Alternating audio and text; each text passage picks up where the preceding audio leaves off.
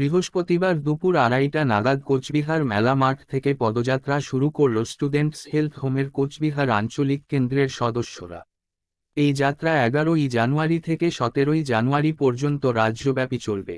মূলত students health হোমের বার্ষিক অনুদান বৃদ্ধি করে 2 কোটি টাকা করার আবেদন জানিয়েই গোটা রাজ্যের পাশাপাশি কোচবিহার জেলাতেও পদযাত্রা শুরু করলেন তারা। এই পদযাত্রায় অংশ নেয় বিভিন্ন স্কুলের ছাত্রছাত্রী থেকে শিক্ষক শিক্ষিকারা। জোরে বলো। স্টুডেন্টস হেলথ হোমে রাজ্যব্যাপী আজকে আমাদের পদযাত্রা 2024 অনুষ্ঠিত হচ্ছে। এটা রাজ্যব্যাপী বিভিন্ন জেলায় 17 তারিখ অবধি হবে। আমাদের কুচবিহারে আজকে 11 তারিখ হচ্ছে।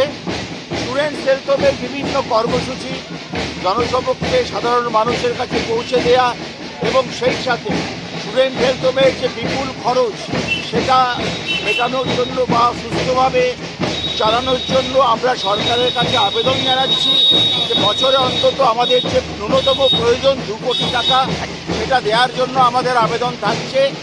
এই বিশেষ কর্মসূচি নিয়েই আমাদের আজকের এই পদযাত্রা এবং সমস্ত রিজিওনাল ক্লিনিক যেগুলো রয়েছে সেখানেই অনুষ্ঠিত হবে। আমাদের কুচবিহারে আজকে 11 তারিখ হচ্ছে।